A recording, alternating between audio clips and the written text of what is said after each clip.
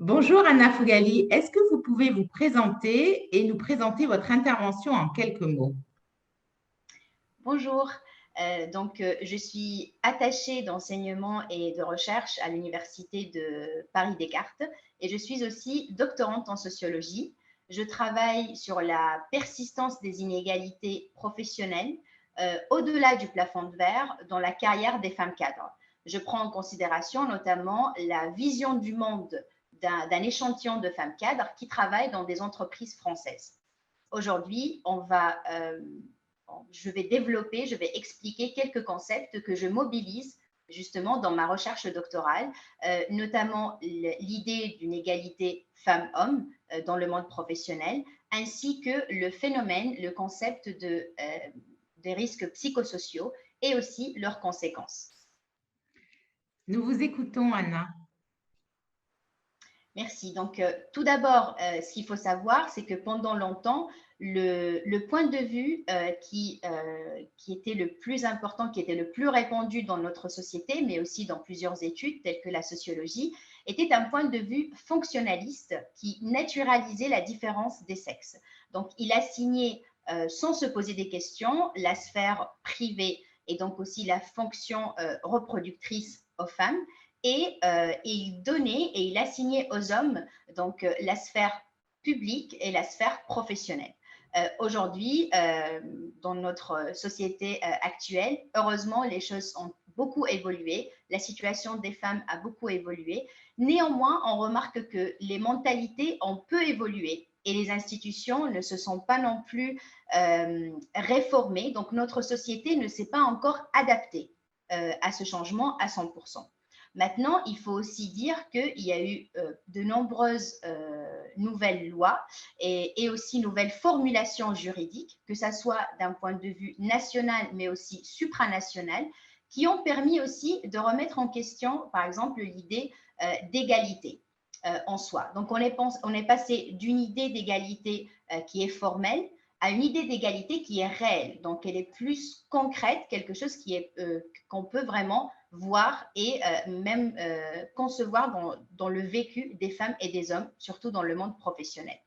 Ce qu'on retrouve notamment dans les années 80, on a eu aussi une loi qui a introduit un principe qui est celui de la non-discrimination entre les sexes et qui concernait donc le recrutement, la rémunération, les formations, les promotions, etc. Donc, tout d'abord, peut-être, il faudrait aussi rappeler que lorsqu'on parle d'égalité, on parle d'un droit fondamental de l'humain qui va au-delà de notre sexe biologique ou social et donc qui va au-delà de nos orientations sexuelles ou d'autres différences. Dans ce concept, on retrouve aussi ce qu'on appelle l'égalité en droit, l'égalité de traitement ainsi que l'égalité des chances. Donc, ce sont les trois caractéristiques qui regroupent la grande idée d'égalité. Revenons maintenant en ce qui concerne ces lois qui ont eu lieu et qui ont été les plus importantes finalement dans ce domaine.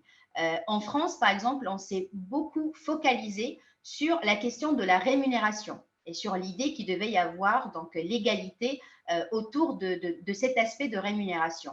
Et donc, c'est là où on a retrouvé notamment la phrase et la loi qui dit que salaire égal pour un travail égal ou pour un travail de valeur égale.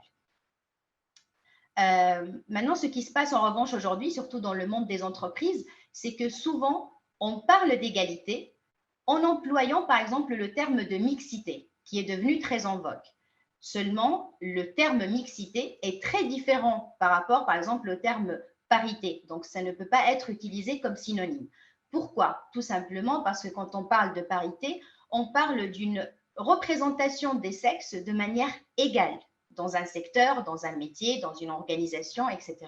Mais lorsqu'on parle finalement seulement de la mixité, c'est une mesure de proportion de combien d'hommes et de femmes existent et sont présents, ils sont représentés dans un secteur, etc. Donc, il y a vraiment une différence à laquelle il faut prêter attention et ce n'est pas toujours le cas de la part des entreprises ou d'autres organisations aujourd'hui. Ce qui se passe aussi, c'est que dans les entreprises, donc, on a tendance à se focaliser sur les pourcentages, mais au détriment finalement d'autres questions qui sont tout aussi importantes, notamment la réflexion sur l'environnement de travail ou encore le vécu réel jour par jour des employés et donc, dans un sens un peu plus large, le bien-être des employés. Des fois, on oublie ça et on se focalise vraiment sur le pourcentage, sur la représentativité qu'il y a finalement des hommes et des femmes, etc. Et cela inquiète donc beaucoup les experts dans ce domaine et aussi beaucoup de sociologues qui se questionnent sur ce manque finalement de réflexion sur ces sujets. Pourquoi? Parce que dans notre société actuelle, il y a eu voilà, une intensification du rythme de travail. Il y a beaucoup plus de précarité et tous ces facteurs finalement ont amené à un phénomène qui s'appelle les risques psychosociaux. Les risques psychosociaux, alors il s'agit d'un risque finalement qui est pas forcément pris en compte aujourd'hui de la part des politiques, des entreprises. Pourquoi? Parce qu'il a, il a une dimension qui est subjective, il a cet aspect qui est multifactoriel et donc ça devient compliqué de le définir pour l'identifier et pour après résoudre le problème, donc pour le prévenir. C'est pourquoi aujourd'hui, ça reste un phénomène, une question qui n'est pas forcément prise en compte toujours, mais qui mériterait en revanche d'être en quelque sorte voilà, mise en avant ou en tout cas étudiée. Quand on parle de risque psychosocial, on se réfère à un risque qui se trouve à la jonction entre l'individu et sa situation professionnelle. Pour mieux exprimer donc ce que c'est, je vais donner quelques exemples. Notamment, on a un sentiment de ne pas réussir, par exemple, dans son travail. Donc, le sentiment de ne pas atteindre les exigences qui sont demandées de la part de l'employeur. Un autre peut être celui des violences internes, donc des violences qui peuvent être commises par des collègues, par exemple, sur le lieu de travail. Un autre exemple encore, ce sont les violences externes. Dans ce cas, on parle plutôt, je fais un exemple, dans les métiers de caissier, caissière, infirmier, infirmière, etc. Donc, on va avoir un rapport avec d'autres personnes qui sont de l'extérieur et qui peuvent effectivement voilà, avoir un comportement violent envers nous. Un autre exemple, c'est celui de l'épuisement professionnel, qui est beaucoup plus connu sous le nom de burn-out. Donc, tout cela, finalement, ce sont des exemples qui se retrouvent sous la grande terminologie qui est celle des risques psychosociaux. Maintenant, est-ce qu'on peut les prévenir? Parce que je disais tout à l'heure qu'ils mériteraient d'être pris en considération un peu plus de la part des entreprises. En réalité, on peut déjà mettre en avant deux choses qu'on peut faire. La première, c'est d'essayer d'éliminer le plus possible, en tout cas d'éliminer, vraiment éradiquer la possibilité de violence et donc d'harcèlement physique ou moral sur le lieu de travail. Et la deuxième, c'est celle de la reconnaissance du travail de la personne, puisque ça aussi, c'est une autre notion à laquelle on ne donne pas assez d'importance, mais qui mènerait les personnes à être beaucoup plus satisfaits d'eux-mêmes et donc à vivre aussi de manière beaucoup plus sereine leur travail, tout simplement. Un autre exemple, c'est celui du blurring. Quand on parle du blurring, on se réfère, comme le nom le dit, ce flou qui peut exister entre la vie privée et la vie professionnelle. C'est-à-dire, alors, et ça c'est quelque chose qui touche aussi surtout les femmes et les hommes cadres, c'est l'idée d'apporter par exemple à la maison, donc de continuer à travailler à la maison pendant le week-end ou les vacances. Ce qu'il faut savoir, c'est que tous ces risques psychosociaux, ces exemples que j'ai faits, mais bien évidemment il y en a aussi d'autres, peuvent être vécus par la personne contemporainement. C'est-à-dire qu'une personne qui vit un risque psychosocial peut aussi en vivre un autre en même temps. L'un n'exclut pas l'autre. Et c'est ce qui rend aussi la chose beaucoup plus compliquée. Maintenant, il y a aussi des statistiques qui ont prouvé que ce sont les femmes qui vivent, en tout cas qui sont concernées beaucoup plus que les hommes par rapport à ces risques psychosociaux. Pourquoi? Il y a différentes raisons. Donc, la première relève du fait que dans les métiers qui sont aujourd'hui encore des métiers considérés comme où on retrouve plus de femmes que d'hommes. Donc, je parle notamment des assistants sociaux ou encore des assistants sanitaires, etc. Là, on a vraiment ce qu'on appelle finalement ils sont en tout cas soumis à une usure professionnelle qui les mène aussi à avoir un stress compassionnel. Donc, c'est une usure professionnelle qui est due à ce stress compassionnel.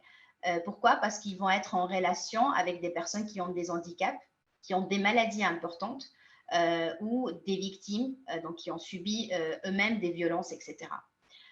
Une autre raison pourrait être celle de l'harcèlement. Donc, on sait aujourd'hui que l'harcèlement sexuel concerne beaucoup plus les femmes que les hommes aujourd'hui. Ça aussi, ça a été démontré par des statistiques, notamment lors de l'embauche, par exemple, donc en tant qu'employé ou en tant que candidate à un travail, tout simplement. Il y a eu beaucoup plus de cas pour des femmes que d'hommes de subir, par exemple, certaines situations d'harcèlement, que ce soit moral ou physique, etc. Donc, quand on parle bien sûr d'autres conséquences ou autres raisons pour lesquelles plutôt on pourrait dire on peut affirmer que ce sont les femmes à les vivre plus que les hommes, on a aussi l'idée de double journée. Je m'explique un peu mieux. Alors, les femmes finalement cadres, mais aussi d'autres femmes, tombent finalement dans cette situation où elles vont vivre ce phénomène de double journée. Donc, lorsqu'elles terminent leur journée de travail, elles rentrent à la maison et là, finalement, c'est une autre journée de travail qui recommence pour elles puisque ce sont elles qui vont être plus chargées des tâches ménagères, mais aussi de l'éducation des enfants. Et ce qui se passe régulièrement, donc cette situation se passe régulièrement dans des foyers où il n'y a pas forcément un partage égalitaire des tâches ménagères. Et ça, c'est ce qu'elle affirme aussi la sociologue Dominique Méda, puisqu'elle travaille vraiment sur ce sujet et elle a appelé ce phénomène la double journée. Donc, pour l'expliquer autrement, dans notre société actuelle, la femme, elle est beaucoup plus présente dans le monde professionnel, mais cette présence, cette augmentation, elle n'a pas été traduite dans une diminution de son rôle dans la sphère privée. Et c'est ce qui l'amène finalement aussi à avoir un épuisement et donc à se retrouver aussi dans des phénomènes comme le blurring ou autres qui vont la toucher de manière importante. Et donc, justement, quand on parle de conséquences, encore une fois, ce sont plus les femmes à être touchées que les hommes. Donc, quand on a regardé comme des paramètres l'anxiété ou la dépression, on a remarqué que là aussi, ce sont les femmes qui sont en première ligne, sûrement pour les raisons que j'expliquais juste avant. Néanmoins, en règle générale, on peut affirmer aujourd'hui, selon plusieurs enquêtes, que sur les lieux de travail, on a beaucoup moins de risques physiques, on a beaucoup moins de risques à des expositions chimiques. En revanche, on est beaucoup plus exposé à des situations qui nous portent à avoir des risques psychiques et donc des risques qui sont psychosociaux. Et c'est pourquoi je pense que c'est important de prendre aussi cet aspect quand on parle d'égalité, quand on parle de bien-être des employés dans les entreprises. Voilà.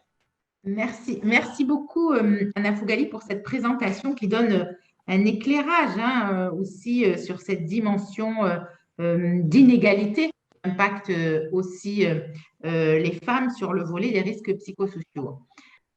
Anna, j'avais une question. Je me demandais pourquoi vous avez mobilisé justement cette question des risques psychosociaux dans le travail que vous avez fait sur les inégalités à propos des femmes. Oui, alors j'ai tout d'abord exploré tous les travaux qui ont été effectués, en tout cas une grande partie des travaux qui ont été effectués sur la question des inégalités professionnelles, mais aussi sur la question de plafond de verre. Et je me suis rendu compte qu'en réalité, régulièrement, lorsqu'on prend en considération, lorsqu'on essaie de comprendre le pourquoi d'un certain phénomène, on prend en considération seulement un facteur, que ça soit social, culturel, etc. Mon idée, c'était vraiment d'essayer de mettre en relation le plus de facteurs possibles, finalement, pour comprendre à quel moment on peut trouver une solution. Donc, quelle pourrait être finalement la porte d'entrée pour réussir à résoudre et pour vraiment avoir un vrai dépassement de plafond de verre déjà, et puis essayer d'en finir avec les inégalités professionnelles de manière concrète et pas seulement formellement. C'est ce qui se passe d'ailleurs dans plusieurs programmes dans les entreprises. On trouve bien évidemment un engagement qui est affiché. C'est un engagement pour lequel elles sont fières d'apporter quelque chose qui va dans une direction d'égalité femmes-hommes dans les entreprises et dans le monde professionnel en général. Et donc, on parle aussi de bienveillance, on parle aussi de bien-être de l'employé, d'où l'intérêt d'aller voir en réalité dans le vécu et surtout des personnes que j'ai interrogées et de trouver finalement que dans leur vie quotidienne, ce bien-être n'est pas forcément toujours présent. Et c'est pourquoi j'ai trouvé important de travailler donc aussi sur les risques psychosociaux. Merci beaucoup, Anna Fougali. Merci.